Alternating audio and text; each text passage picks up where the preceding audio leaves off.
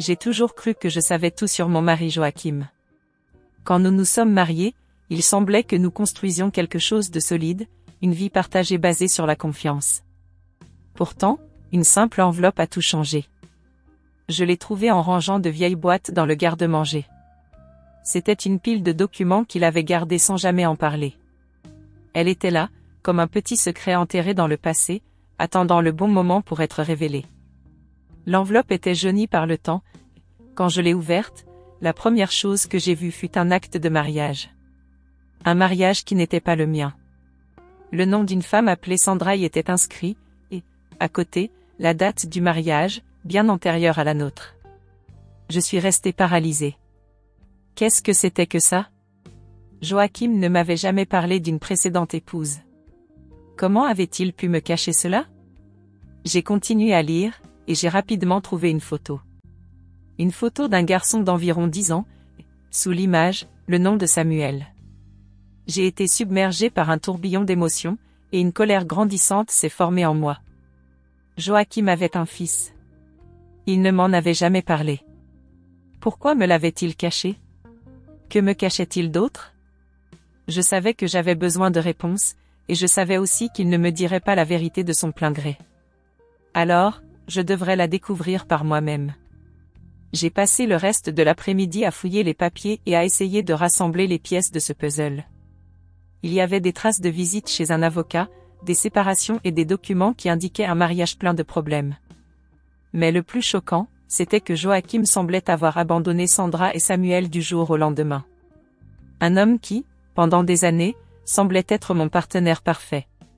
Comment avait-il pu faire ça? À ce moment, je savais ce que je devais faire. Je devais trouver Sandra et Samuel. Je devais comprendre ce que Joachim leur avait vraiment fait, plus important encore, comment il comptait cacher ce passé pour toujours. J'étais déterminée à le confronter. Il ne pourrait plus continuer à mentir. Je les trouverais, sans qu'il ne sache rien. Je me suis retrouvée face à un dilemme intérieur. J'aimais Joachim, mais la douleur de la trahison me consumait. Comment avait-il pu mentir sur quelque chose d'aussi important? J'avais besoin de réponses, pour cela, je ferais tout ce qui était nécessaire. Quand j'ai finalement réussi à localiser les coordonnées de Sandra et Samuel, j'ai hésité un instant. J'ai poussé un dernier soupir de résignation avant de prendre le téléphone et de fixer le premier rendez-vous. Je ne savais pas comment il réagirait, mais je savais que la vérité devait être révélée. Je ne pouvais plus vivre avec ce secret planant sur nous. Le téléphone a sonné, et Sandra a répondu. Sa voix était calme, mais je pouvais sentir une certaine tension. Quand j'ai expliqué qui j'étais et la raison de mon appel, elle a semblé surprise, mais pas méfiante. En fait, elle semblait même un peu soulagée. Je ne savais pas à quoi m'attendre, mais j'ai vite réalisé que Sandra attendait ce moment depuis longtemps. Joachim avait été un homme fuyant pour elle, toujours esquivant ses responsabilités. Elle m'a raconté qu'au début, tout semblait parfait. Mais avec le temps, elle avait commencé à remarquer qu'il s'éloignait, devenant de plus en plus absent. Je ne savais pas si je me sentais plus mal en apprenant ce que Joachim lui avait fait ou si j'étais simplement triste qu'elle ait vécu avec cette douleur pendant si longtemps. Il avait menti à tout le monde.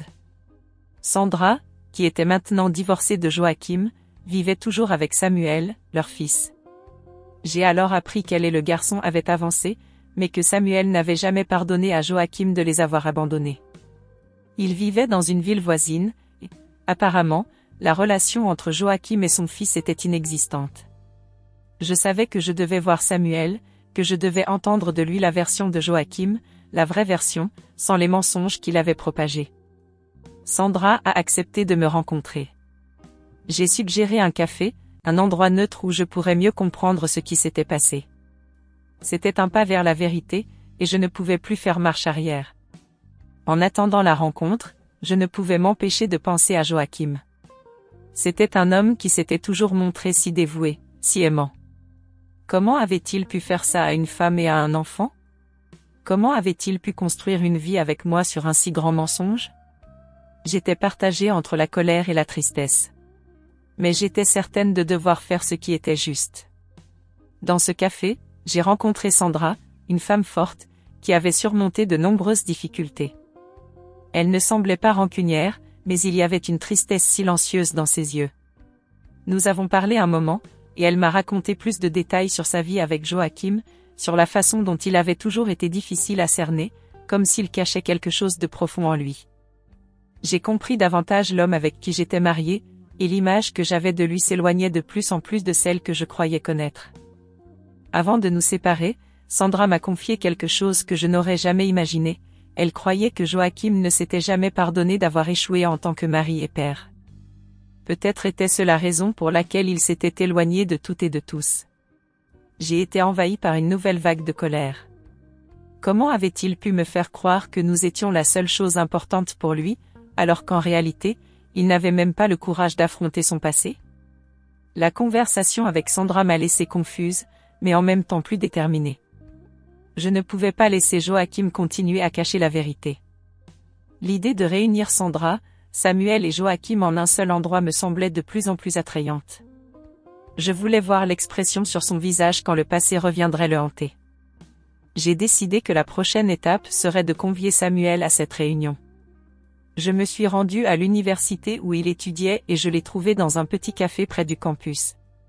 C'était un jeune homme réservé, mais il ne semblait pas gêné de parler avec moi. Comme sa mère, il semblait avoir accepté la douleur du passé, mais en même temps, il gardait une colère silencieuse. La colère de quelqu'un qui avait été abandonné par celui qui aurait dû le protéger. Samuel m'a raconté que Joachim n'avait jamais essayé de le contacter, et que, pendant de nombreuses années, lui et sa mère avaient vécu avec son absence. J'ai écouté ces mots attentivement. Je savais que ce ne serait pas facile pour lui, mais le fait qu'il veuille aussi connaître la vérité sur ce qui s'était passé entre lui et Joachim m'a donné de la force. Samuel méritait cette explication, et, d'une certaine manière, moi aussi. Je l'ai invité à une réunion.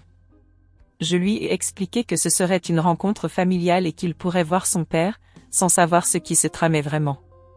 Il a semblé hésiter, mais il a accepté. Je ne savais pas comment Joachim réagirait, mais j'étais prête à en affronter les conséquences. La vérité finit toujours par se révéler, et j'étais sur le point de montrer à Joachim qu'il ne pouvait plus cacher qui il était vraiment. Tout était prêt pour la grande réunion, et je ne pouvais éviter l'anxiété. Le jeu était sur le point de commencer, et je savais que cette confrontation allait tout changer. Joachim ne savait pas ce qui allait se passer, mais il comprendrait bientôt que les mensonges ne pouvaient plus être maintenus. Je me suis préparée à le voir, enfin, au cœur de son propre mensonge. Le jour suivant est arrivé, et la tension était insupportable. J'avais fait ma part. Maintenant, Joachim affronterait le poids de ses mensonges. Le moment est venu, et la tension dans l'air était palpable. Quand Joachim est entré dans la pièce, la première chose qu'il a vue fut Sandra, Samuel et moi, assis autour de la table. Il s'est arrêté à la porte, surpris, essayant probablement de comprendre ce qui se passait. Le silence était total. C'était comme si le temps s'était arrêté. Il nous a regardés, et il a vite réalisé qu'il ne pourrait plus cacher son passé. Je l'ai observé calmement. Il n'y avait plus de place pour des excuses ou des justifications. Je devais dire tout ce que je ressentais. Joachim, voici les personnes que tu as oubliées, les personnes que tu as abandonnées, ai-je commencé. Il a essayé de parler, mais je l'ai interrompu. Tu m'as menti, Joachim. Et maintenant, tu es face à ton passé. Il semblait abasourdi, son expression alternant entre la honte et le désespoir. Johanna, je ne voulais pas que tu saches ça, a-t-il dit d'une voix tremblante. J'ai essayé de faire les choses bien, mais je n'y suis pas arrivé. Tu n'y es pas arrivé, ai-je répliqué, perdant patience. Tu as menti à tout le monde, Joachim. Et maintenant, tu fais face aux conséquences. J'ai regardé Sandra et Samuel, visiblement mal à l'aise, mais il y avait maintenant une sensation de vengeance dans l'air. Ils étaient là, et Joachim devait affronter ce qu'il avait fait. Je ne me suis jamais pardonné d'avoir échoué avec toi et avec Samuel, a-t-il dit, la voix basse. En le regardant, j'ai lâché, mais tu as choisi de vivre avec ça. Je ne peux pas vivre avec un homme menteur à mes côtés. Je savais que la douleur était en nous tous, mais il n'y avait pas de retour en arrière possible. Le mensonge était exposé, et Joachim ne serait plus jamais le même homme. J'étais prête à passer à l'étape suivante. L'atmosphère était lourde. Ce qui avait commencé comme un simple mensonge se déployait maintenant devant nous tous. Joachim était face au poids de ses actes. Je l'ai regardé, observant la façon dont il évitait les regards, comme si le passé le dévorait littéralement. Il n'y avait plus de place pour des excuses. J'ai finalement dit, d'une voix ferme, « Je ne peux plus vivre avec quelqu'un qui cache qui il est vraiment. Je ne peux plus faire semblant de ne pas connaître ton histoire. » La douleur était intense, mais je savais que c'était nécessaire. Il m'a regardé, et j'ai vu la tristesse et le regret dans ses yeux. Mais il n'y avait plus de place pour ça. Je ne suis plus ta femme, Joachim. Il semblait comprendre, mais ne savait pas quoi dire. Le silence nous a enveloppés alors qu'il essayait de digérer ce qui se passait. Je me suis levée et j'ai regardé une dernière fois l'homme avec qui j'avais passé tant d'années. Je savais que ma décision était la bonne. Ce qui avait commencé comme un simple mensonge était maintenant la raison de la fin de mon mariage. La fin de quelque chose qui n'avait jamais été aussi réel que je l'avais cru. Joachim est sorti de la pièce sans dire un mot. Il savait qu'il n'avait plus sa place dans ma vie. J'ai regardé son départ avec un sentiment de clôture.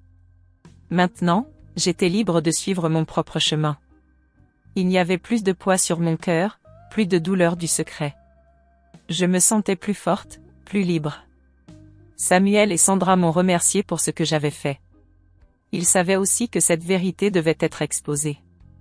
Malgré la douleur qu'ils portaient encore, il y avait un soulagement dans leurs yeux. Peut-être que, pour la première fois, ils parvenaient enfin à laisser le passé derrière eux. Ils le méritaient. Je le méritais aussi. Et je savais qu'à partir de ce moment, ma vie serait différente. J'étais prête à recommencer. Alors, avez-vous aimé cette histoire? J'espère que vous avez apprécié chaque seconde. Likez la vidéo et abonnez-vous à la chaîne pour ne manquer aucun contenu futur. Dites-moi dans les commentaires ce que vous en avez pensé, j'adorerais savoir ce que vous en pensez. À la prochaine. Je vous attends.